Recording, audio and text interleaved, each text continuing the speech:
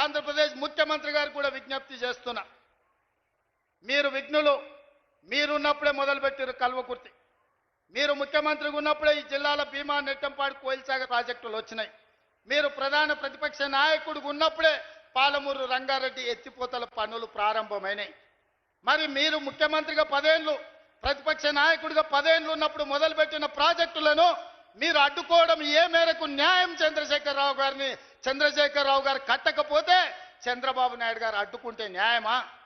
అందుకే చంద్రబాబు నాయుడు గారికి విజ్ఞప్తి చేస్తున్నా, మా పాలమూరు రంగారెడ్డి ఎత్తిపోతలకు అడ్డం పడవద్దు, మా డిండి ప్రాజెక్టును అడ్డుకోవద్దు, మా కల్వకుర్తి, మా భీమా, మా నెట్టంపాడు, మా కోయిల్సాగర్ మీరు అడ్డుకోవద్దు.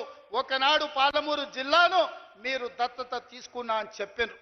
మీరు బాధ్యతగా ఉండండి, మమ్మల్ని బ్రతకనియండి, మా ప్రాజెక్టులు పూర్తి చేసుకోనివ్వండి. ఆనాడు ఉమ్మడి రాష్ట్రంలో శ్రీశైలం వెనకాల నుండి 4 టీఎంసీల నీళ్లు తీసుకెళ్లేది ఉంటే ఇవాళ 9.5 టీఎంసీలు నీళ్లు తీసుకెళ్లడానికి మీరు ప్రాజెక్టులు పెట్టుకున్నారు. అందుకే చంద్రబాబు నాయుడు గారికి విజ్ఞప్తి చేస్తున్నా, రాయలసీమ లిఫ్ట్ ఇరిగేషన్ 3 టీఎంసీలు రోజుకు తరలించే ప్రాజెక్టును మీరు రద్దు చేసి మీ ఉదారత్వం ప్రదర్శించండి. మీరు 2 రాష్ట్రాలను సమానంగా తెలుగు వాళ్ళని అభివృద్ధి చేయాలన్న ఆలోచనతో ఉన్నది నిజమైతే రాయలసీమ లిఫ్ట్ ఇరిగేషన్ ప్రాజెక్టును రద్దు చేయండి. పాలమూరు రంగారెడ్డి ఎత్తిపోతల, డిండి ప్రాజెక్టు, కల్వకుర్తి ప్రాజెక్టు, భీమా ప్రాజెక్టు, నెట్టంపాడు ప్రాజెక్టు, కోయిల్సాగర్ ప్రాజెక్టులను పూర్తి చేయడానికి మీరు ఉదారంగా ముందుకొచ్చి మాకు సహకరించండి.